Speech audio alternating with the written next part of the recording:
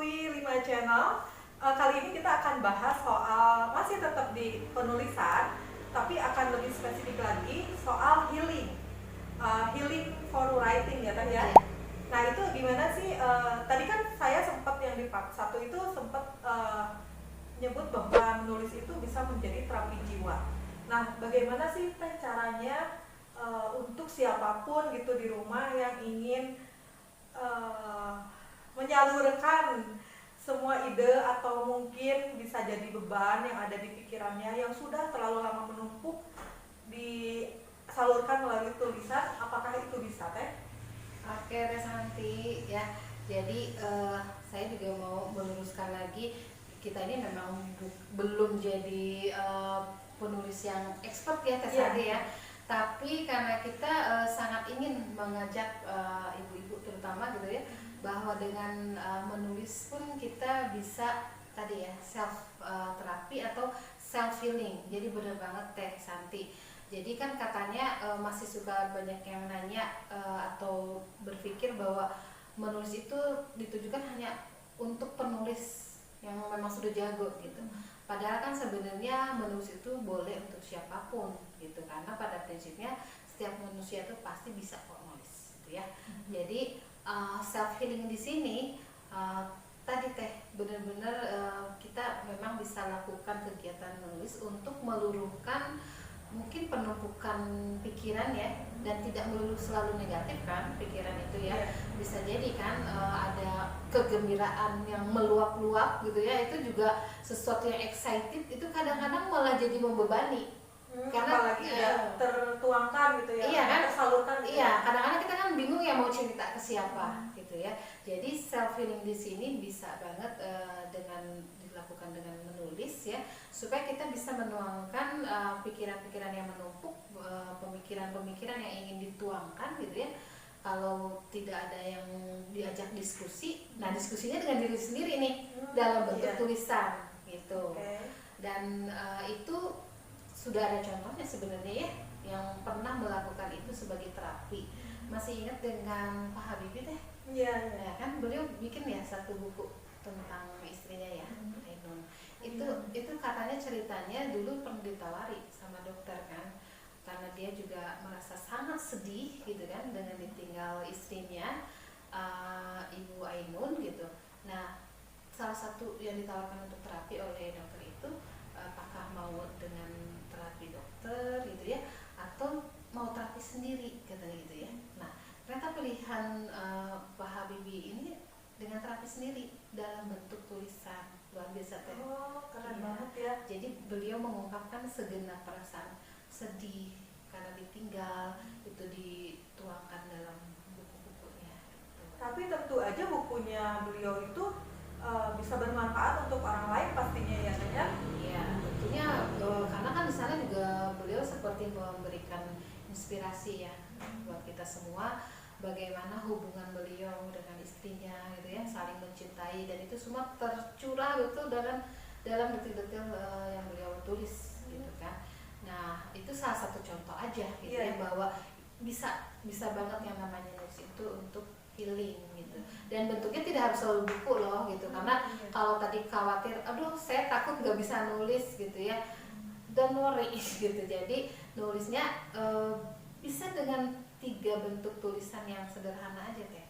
Pertama, menulis biasa, artinya apa ya, seadanya banget gitu, Apa adanya gitu. apa adanya, mengalir gitu.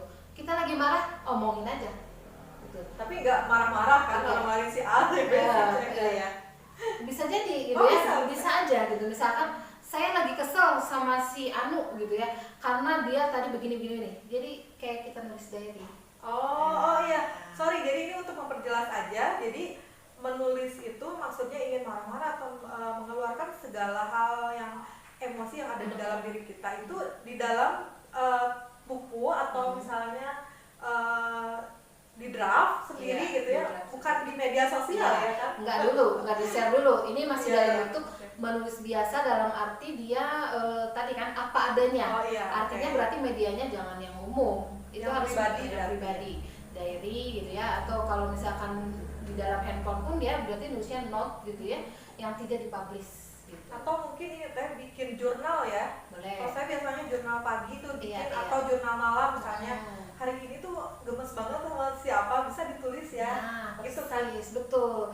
Nah, itu bagus banget teh. Jadi jurnal malam mungkin. Jadi kan seharian kita banyak kegiatan gitu kan, bisa jadi seharian itu ada bete-nya ya kan, ada bahagianya, pokoknya macam-macam kan. Dan itu bisa menjadi penumpukan pikiran karena banyak beban-beban. Tadi kita ngelakuin apa aja ya gitu. Nah, salah satu bentuknya adalah dengan menuliskan jurnal tadi.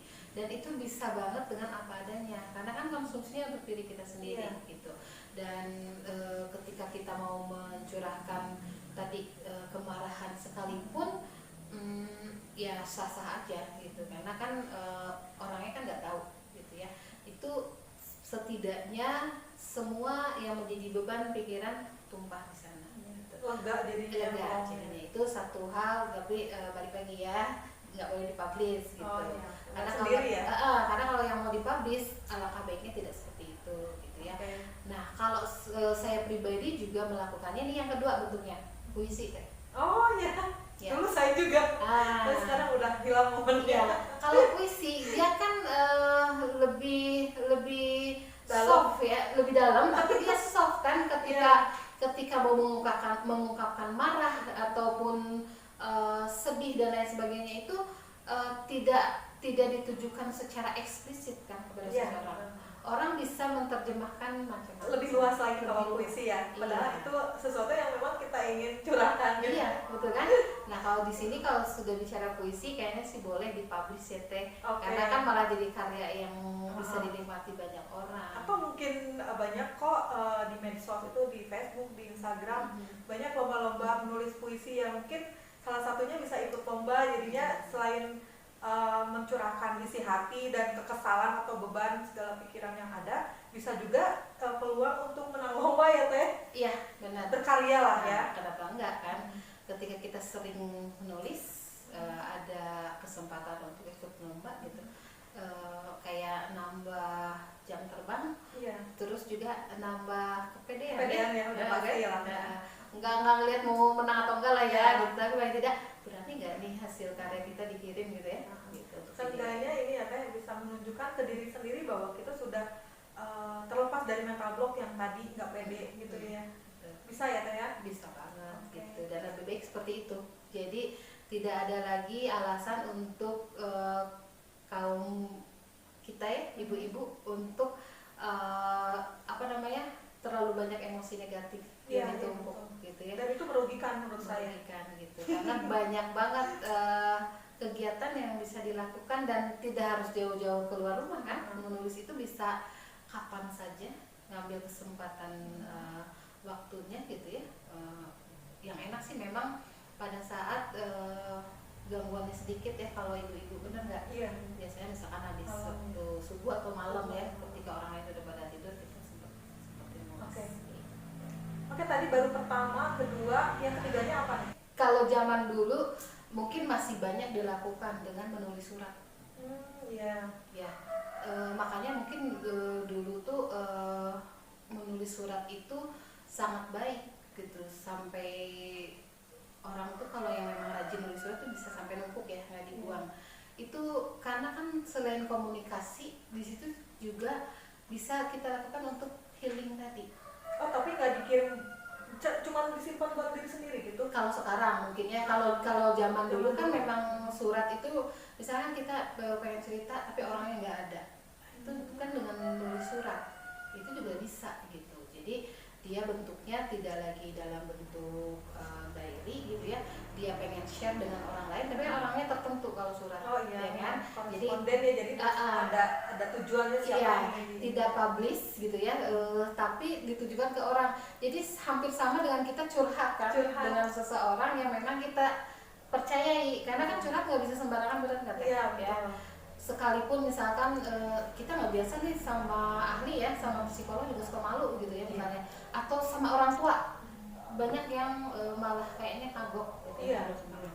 Nah itu bisa pilih kan gitu untuk melampiaskan energi tadi ya, pikiran-pikiran yang menumpuk dengan menulis surat kepada seseorang yang memang bakal mau nih mendengarkan kita, dalam arti membaca dan feedback gitu ya. Mungkin kalau zaman sekarang bentuknya bukan surat tertulis yang dikirim pos lagi ya Teh, tapi ya bisa jadi dalam bentuk email kah gitu, atau WA ya, itu paling enak gitu. Kita bisa menulis panjang gitu ya. Kan kalau chat biasa kan pendek-pendek ya, tektok kayak gitu. Tapi kalau di sini yang dimaksud menulis surat adalah berarti dia menuangkan panjang lebar gitu ya, apa yang memang dia pengen ceritakan gitu, tapi ditujukan kepada seseorang yang memang dia percayai kayak gitu. Oh iya, saya juga pernah baca webnya Mbak Irma, aduh saya lupa ya. Jadi di situ tentang healing juga. Saya juga pernah ngelakuin. Jadi boleh di sini ngisi sepanjang-panjangnya, sebanyak-banyaknya apapun yang ingin kita keluarkan, unek-unek atau apapun. Begitu submit itu hilang. Jadi yang punya website juga nggak akan bisa baca. Iya. Jadi sengaja ya. Iya. Hanya untuk waktu memberi ruang gitu ya. Iya betul. Nah bagus lah kalau ada yang seperti itu ya. Cuma saya lupa udah nggak ngikutin. Iya. Nah mungkin bisa ya tanya kayak gitu. Yang penting healing itu bisa dilakukan oleh diri sendiri dengan melalui tulisan ya. Bentuknya ya memang tadi ada 3 tadi ya Teh ya. Bisa menulis biasa ya, nulis kayak biasa kalau di jurnal misalnya. Terus yang kedua tadi apa Teh? Menulis puisi. Menulis puisi jadinya lebih ke apa sih? Samar biasanya samar ya. Dan puisi itu sebenarnya ini apa namanya? Kayak menggali potensi diri sebenarnya ya. Betul. Selain berbicara sastra kan juga ya. Tapi kan tadi benar, tujuan healing tadi benar-benar tergali. Karena di puisi itu kita jadi tidak lagi ngerasa khawatir orang lain takut dinilai gitu ya. Ini marahnya sama siapa gitu ya, atau pengen ngomongin siapa, itu udah tersamar. Jadi kita kayak bebas ketika sudah dituangkan jadi puisi.